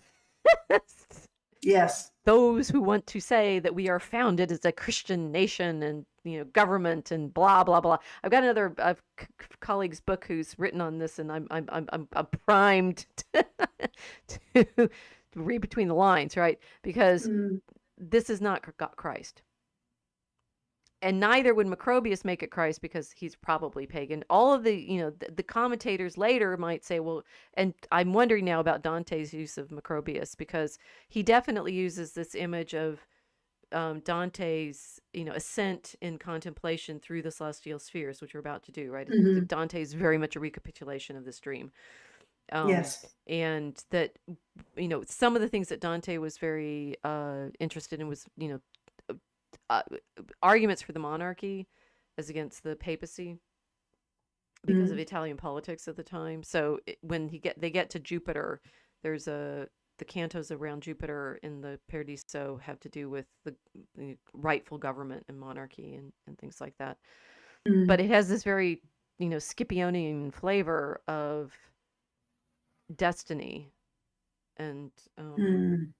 if you rule well on Earth, you will ascend into Hmm. this category. The supreme God who rules the whole universe. It's not Christ in this story. No, it is not. No. No, no, you can't retroactively apply that. That, and I think Catholics already understand this pretty well enough, but some other Christians might not. That doesn't mean it isn't worth reading.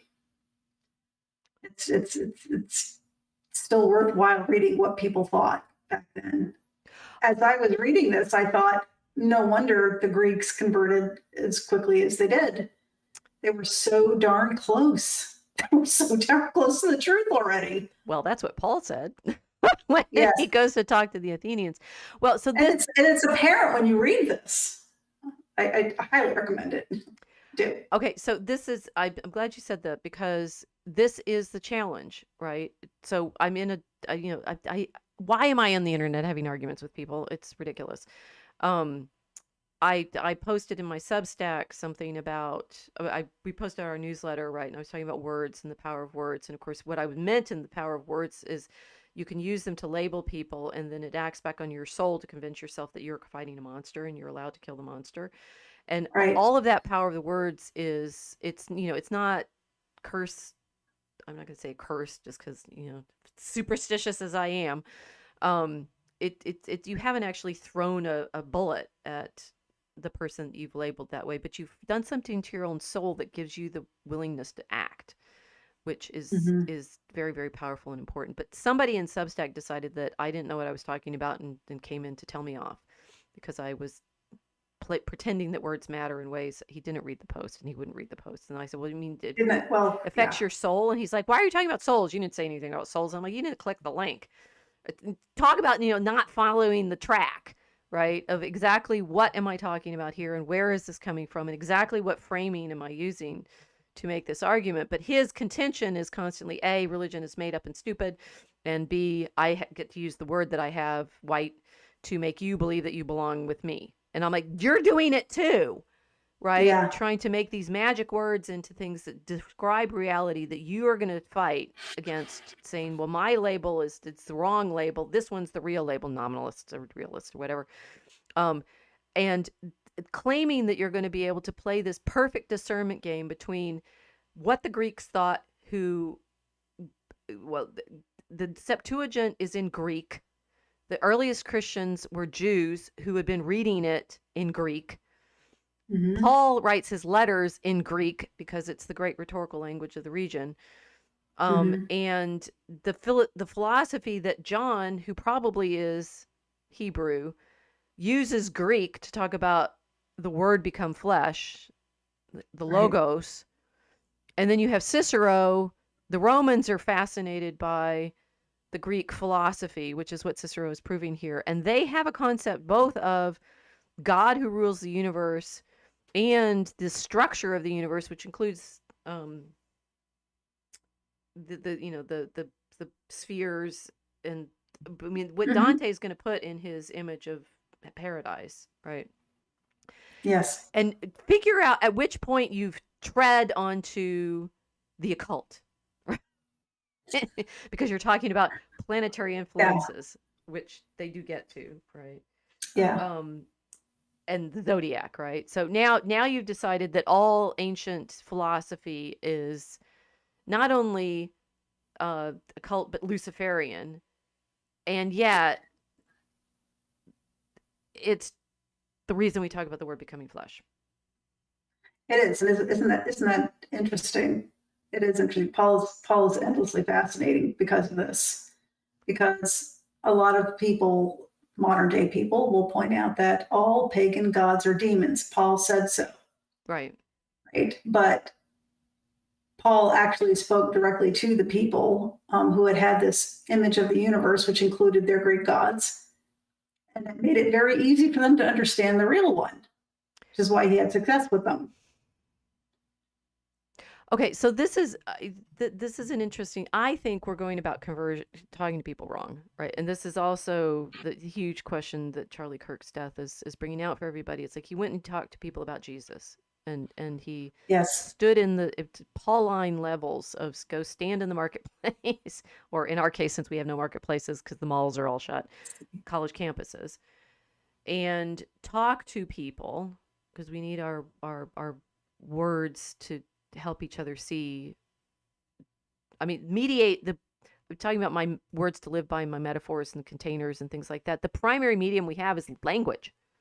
Talking about things being mediated. They're all mediated through our speech, from our understanding in our minds to each other. Right. The Well, primary yeah, medium exactly. is speech. If you're not going to talk to people who you think are pagan, if they're going to slap a label on them, or maybe they slap this label on themselves. If you're going to say, "No, I'm sorry, as a Christian, I'm too good for that," well, you're not doing your job as a Christian. Charlie Kirk was doing his job. He was doing his job as a Christian. He would talk to anybody. Right. And this is what St. Paul did. He wasn't afraid of getting pagan cooties from people. This is true. No pagan cooties. Right. Pagan just means hillbilly, basically. I mean, our version of it means it's just rustics, right? It's the people who live out in the countryside, because Christianity was a very urban religion.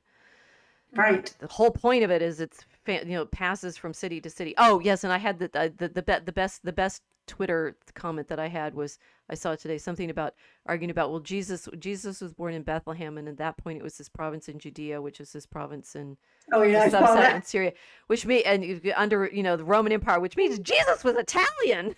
Italian. Yeah, I saw that. That was ridiculous. Right.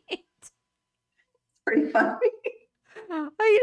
And they've got control of that region because of what happened during Cicero's lifetime, right? So, and because they destroyed Carthage 100 years before that, so they were in control of the sea. Because the reason they went after Carthage was primarily because they were maritime rivals, and they, well, Romans. There was that whole invasion thing too. What?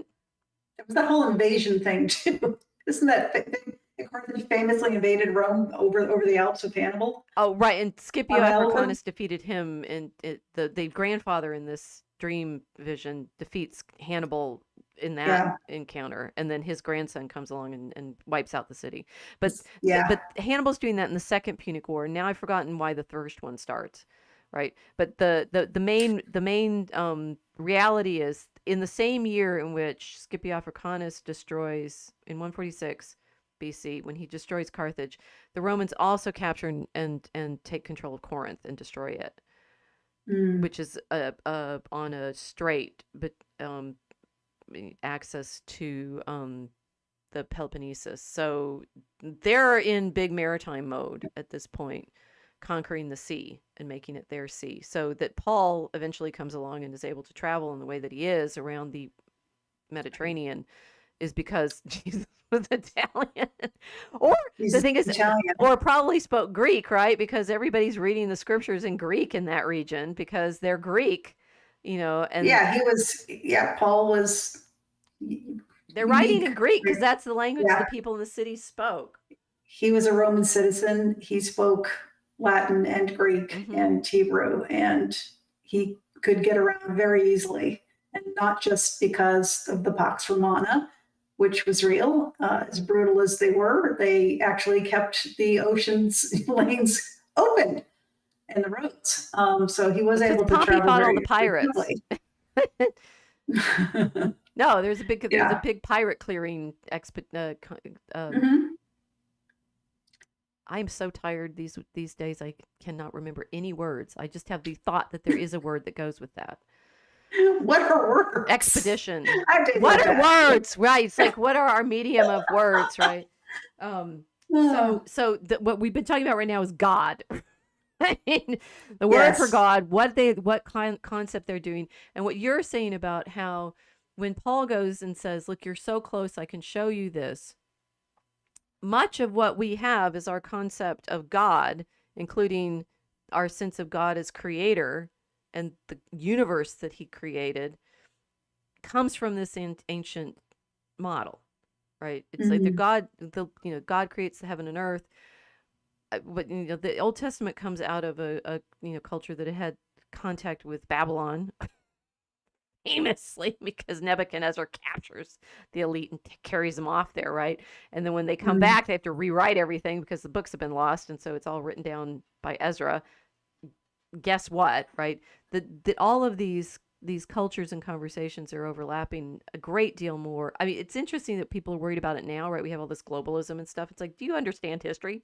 do you No, you do you don't. understand how much of this overlap has been a feature of it all the time and all along? Mhm. So here, Cicero writing in Latin is giving you the Greek version of things, which then talks about God, which is then one of the images that's going to be used throughout Christian, tradition to give us the sense of what kind of cosmos we live in, which is then, of course, the scientific one we live in with, gravity.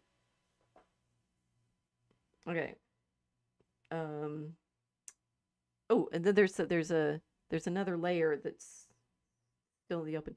We'll come back to this in 2 weeks because that will be good. I mean, we'll still be talking Mhm. about the planets and the music of the spheres and things like that. But let's talk about um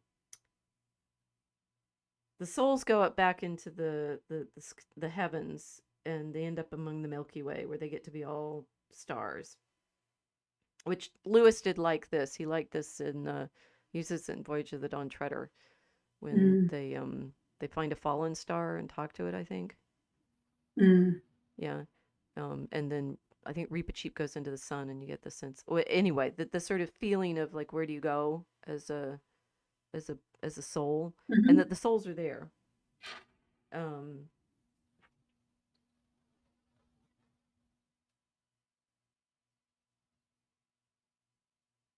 Oh, he's up there in the Milky Way, and he starts seeing friends and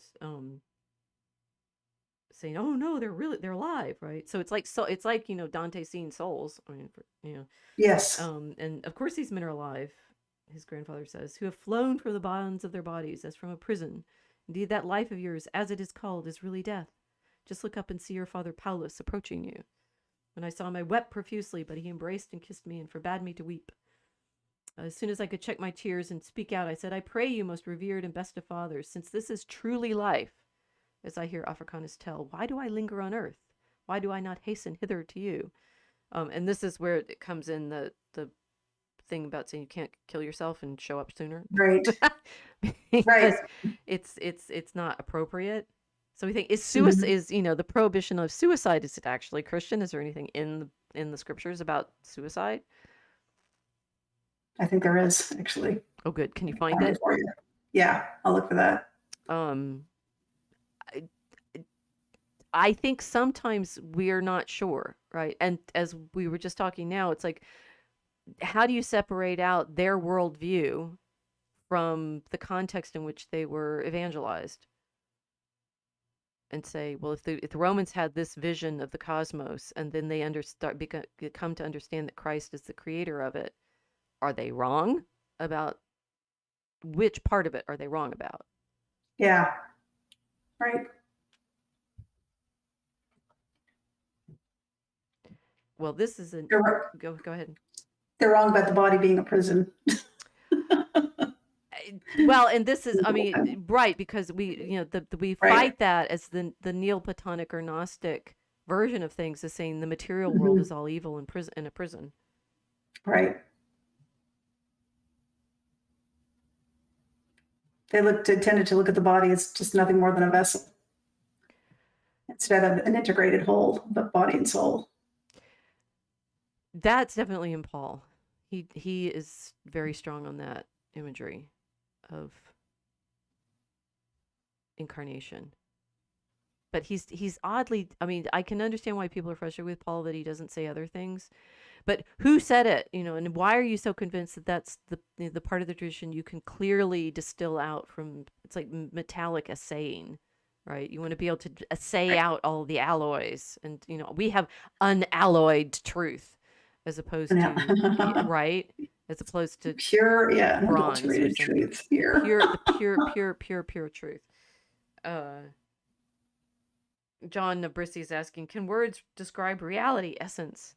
Well, it's a mediated problem. Okay, so we've got them up in the stars, and younger Africanus sees his relatives, including his father, and he's asked his father, why can't I come here? Why do I have to stay here?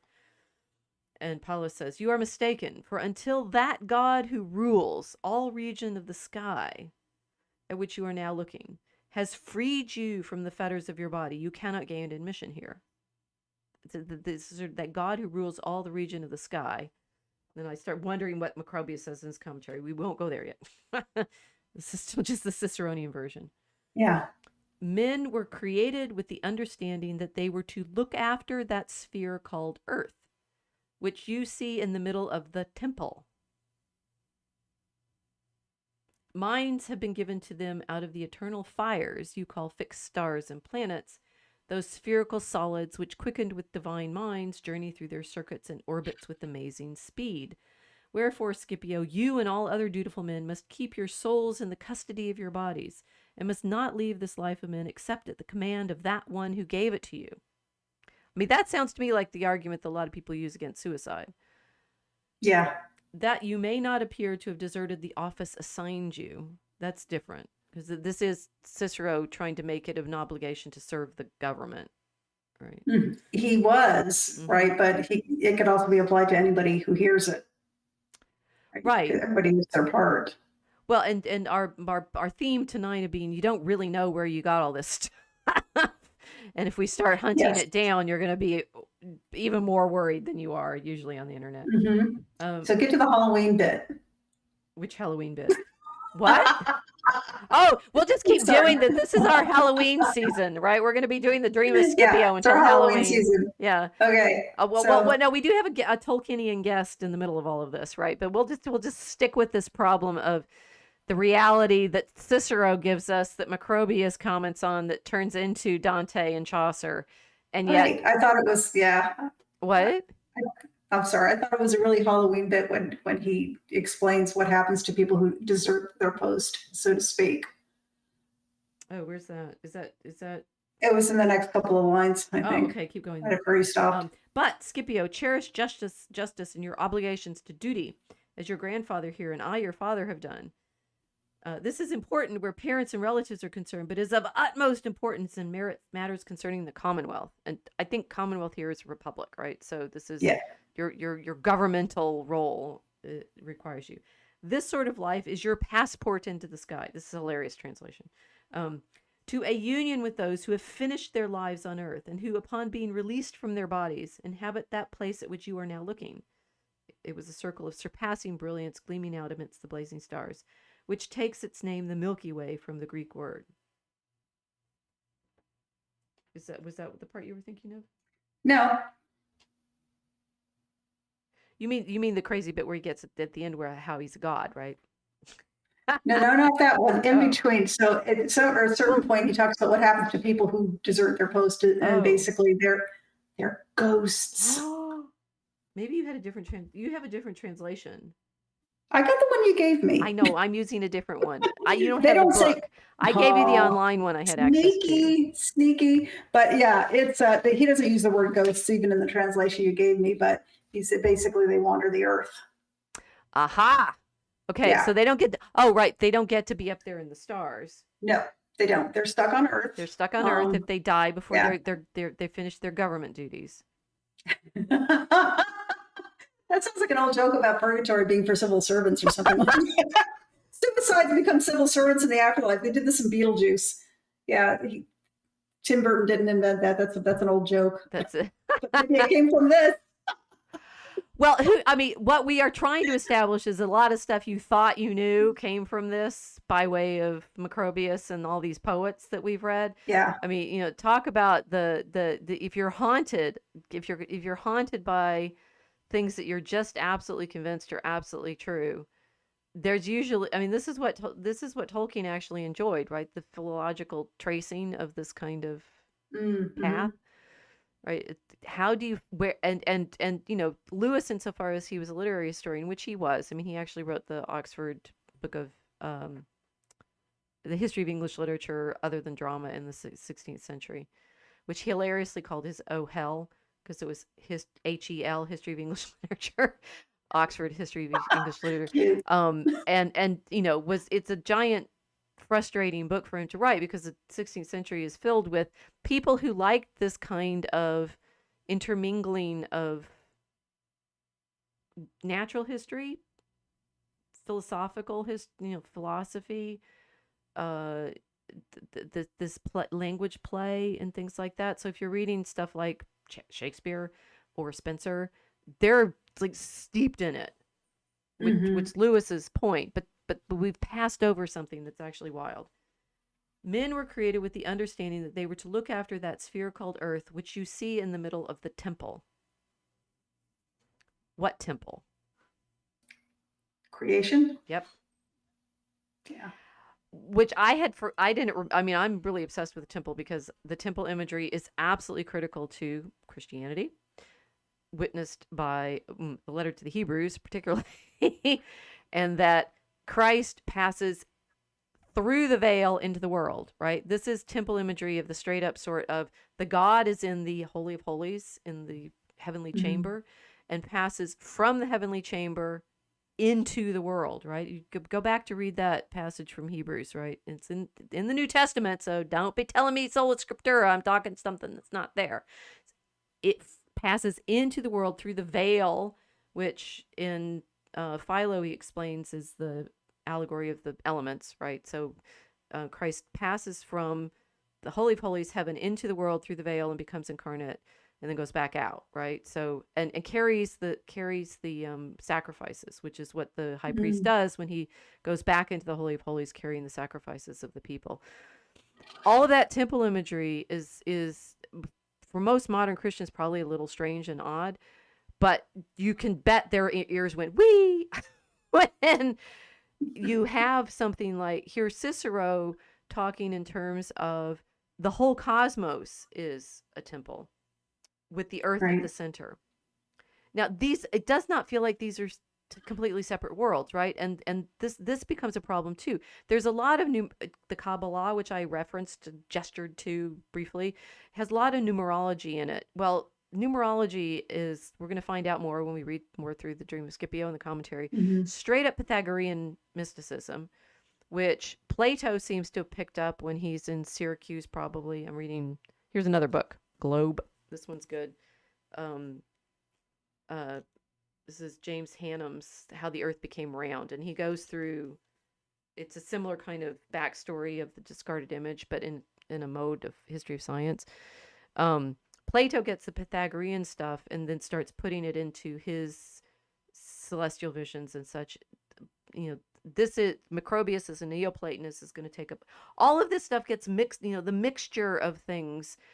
The Kabbalah, you can say, and this is why the guys who discover it, like Pico della Mirandola in the 15th century, the humanists start thinking it's all the same, right? This is the famous, Italian humanist, Jesus was Italian, who they're constantly finding echoes of stuff that they heard in other places, and they're like, oh my gosh, it's all saying the same thing. Mm-hmm. These moments of it's not just syncretism, it's connecting. It's like that spider in the middle of that web, keep that in mind, has been drawing these sorts of connections within the traditions, across the traditions, all along. There's not like, here's a strand of paganism and here's a strand of Christianity and here's a strand of Hebrew, and here's a strand of who knows what else, right? And you can separate them all out and make sure that no thing is touching any other, that um, goes into the web of reality. This does not mean that there's no way of telling the difference between Lucifer and Christ. Right. But it means that a lot of the criteria that people are using right now are confounded by the problem that they don't know enough of the history of the tradition. No, they don't. They'll reflexively say one of two things. Either it's all occult and satanic and reject it, or they'll say everything's the same. There's no difference. Exactly, right? They make it, they I just dropped my books. They do a easy binary. And if you say again what you just said, say that again. That was I said people will choose one of two things. They will either reflexively reject everything as occult and satanic, or they'll say everything's the same. Christianity's the same as Greek mythology, is the same as Zoroastrianism, is the same as just, fill in the blanks. It's all the same. exactly. For that phrase a lot. Right. Neither one is true. It's a false binary. so it's altogether false. Exactly. And I do think Lewis, I think it's fair to say Lewis probably fell more on the side of, he was delighted with the idea that it was all the same.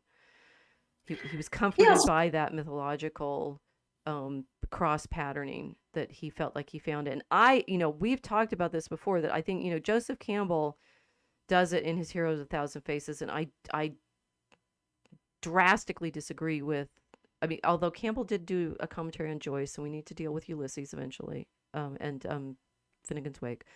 And people like Jordan Peterson, all of the Petersonians and the symbolists and stuff, are enchanted by that feeling of finding all of these connections. But Tolkien specifically ridicules it when Robert Graves finds all that kind of connections in White Goddess.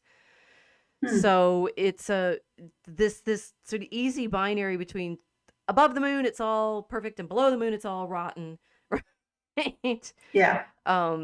Thinking is, as you said, like below the moon it's all occult. Everything, everything that isn't like exactly word for word in what we find in the scriptures, which you will find complicated to interpret if you do it that way, because there's pretty wild stuff in there. Fire-breathing dragons, right there in Job. Right? Yahweh, the Lord, fights the dragon. Are you going to tell me that this, the dragon stories don't belong in our effort to understand what going reality is? The morning star is both Christ and Lucifer. You're in trouble now. Yeah. Christ and Lucifer are not the same person. And there are certain religious traditions which believe they're brothers. Is that Mormonism? Is that the Mormons? Spirit brothers, yeah. Right. Okay. So we are here to make better distinctions and to serve our Lord Jesus Christ. But the problem is, and why the discernment of spirits takes training and attention and not simple turning into pod people and screaming at each other, is,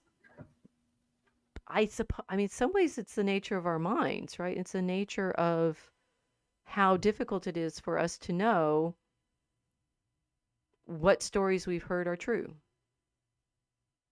and why that is. Like, why is it? Because people lie to each other, because we fabricate stories, because we use stories to manipulate each other into being on our side or the other side.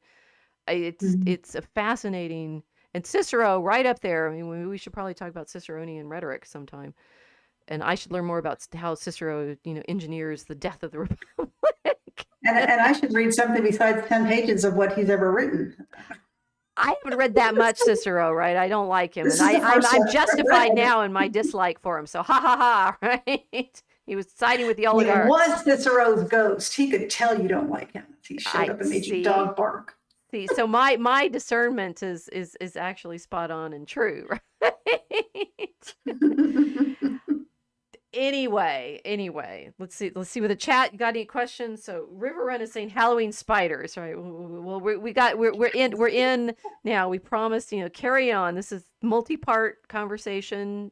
Hopefully everybody can settle in and start realizing that to really get through what we're trying to understand that's happening to us in this media environment and in the moment of history that we're in, and in the layers of stories and the multiplying turtles of foundation that we are trying to navigate. The only way we can do this is if we just settle in and stream this long form. Yes. It's not going to work if we get worried. And this is where I think Martyr Maid actually just says, I'm going to go on for 6 hours. If you want to understand this, you got to settle in and be with me.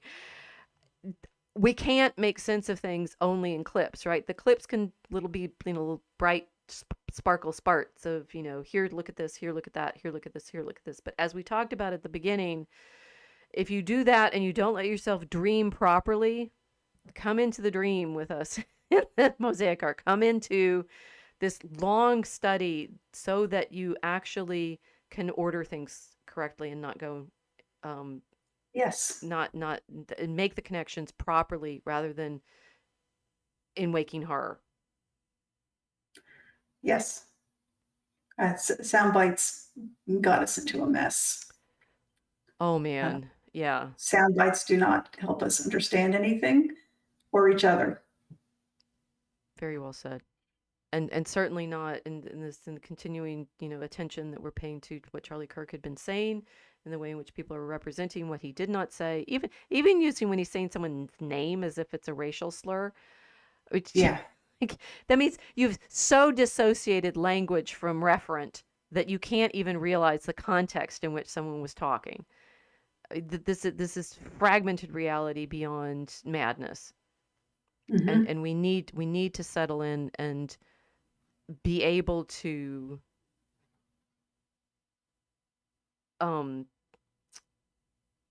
I suppose dream properly, right? If we're in a dream, not dream madly. So. And the daydreamer We don't shows up want and says, "Hello, nightmares. ladies. Hello, daydreamer." Hello. If you just joined, you're going to enjoy this. You're going to enjoy this episode in recording. Okay, well, I think that's enough for tonight. It's like Dream of Scipio to be continued, and we're going to be touching on more of the elements. If there's particular things that I mentioned in that list of things that Stahl says Macrobius was responsible for people to think about, and you want to hear more about it, please say so. Otherwise, we're just gonna do what we do and ride the wave. Okay, all right. Yeah, we need a catchphrase for out. It's like dream with us. No, I said this. I said Oh, no, we got to come up with some way to bookend things. I said this on the Mosaic Arc a while ago. We take you places you've only seen in dreams. True. We take you places you've only seen in dreams. Thank you for joining us. Good night.